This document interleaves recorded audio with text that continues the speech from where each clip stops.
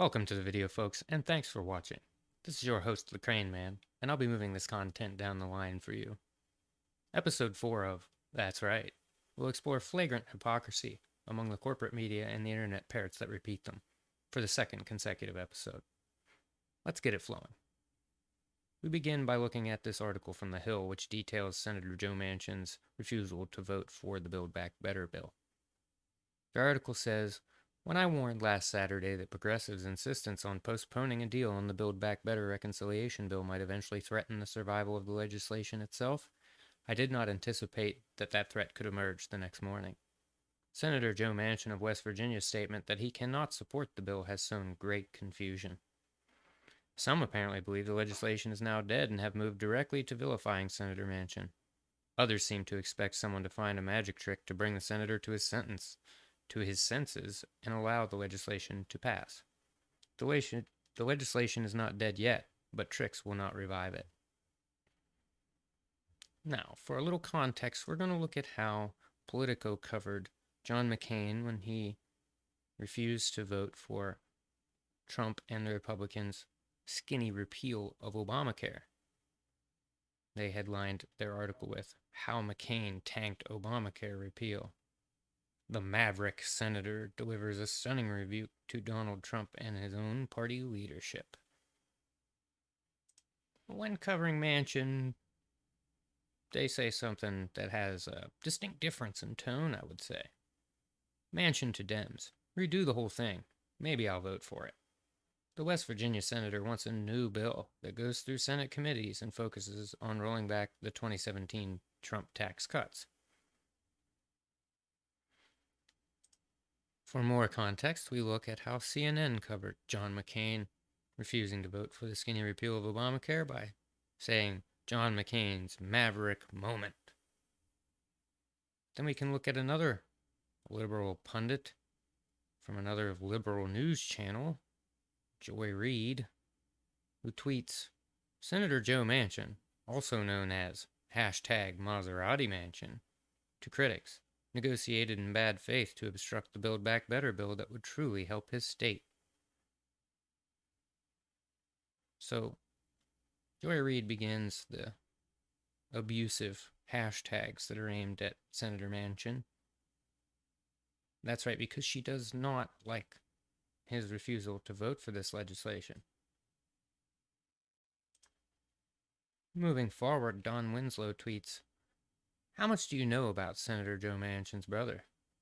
You will soon, he ominously ends the tweet with, obviously showing that he's going to be doing some digging into Senator Manchin's family to expose him for the bad man he is, because he doesn't vote the way we want him to. Brooklyn Dad Defiant. I'm not sure what he defies. A quick look at his bio shows every corporate hashtag you could possibly desire to have in a bio. Nonetheless, he tweets, Joe Manchin borrowed $1.7 million from his brother and then refused to pay him back, so #Joe Manchin's brother sued him. If Manchin will stiff his own brother, what do you think he'll do to us? He can't be trusted. That's right, Brooklyn Dad knows all about Joe Manchin's brother and Joe Manchin's problems with his brother. And he knows enough to tell us he can't be trusted, though he was elected by the people in his state.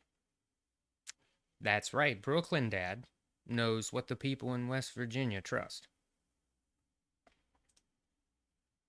And here we enter the realm of hyperbole when Hey Joe B tweets, Joe Manchin's dream, with an image of children being sold by what you would assume is their parents. That's right, it's not enough to make abusive hashtags. It's not enough to dig up dirty laundry from his family history. It has to go to this level. And when that's not enough, well, the problem is actually America.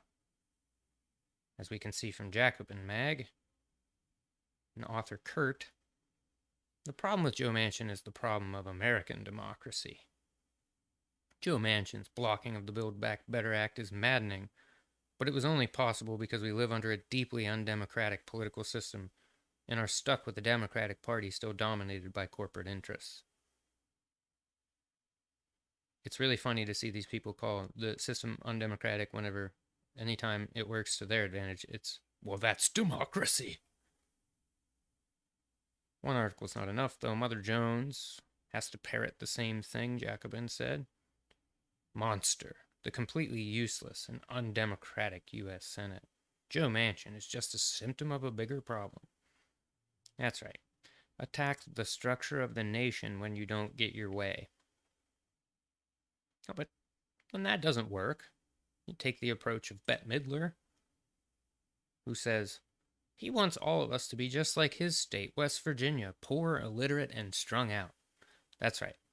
Bette Midler, a fountain of knowledge on what's going on in West Virginia, I'm sure, tells us what she really thinks about people there when their senator doesn't do what she wants him to do.